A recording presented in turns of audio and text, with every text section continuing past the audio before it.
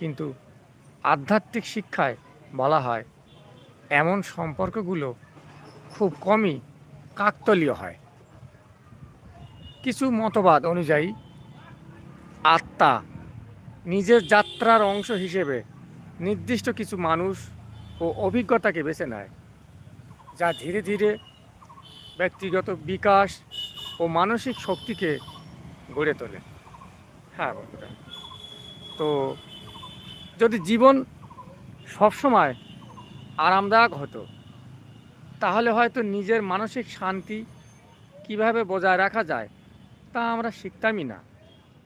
কষ্টের অভিজ্ঞতাগুলো অনেক সময় শক্তিশালী শিক্ষার মতো কাজ করে, মানুষকে তার মানসিক সীমা চিনতে সাহায্য করে।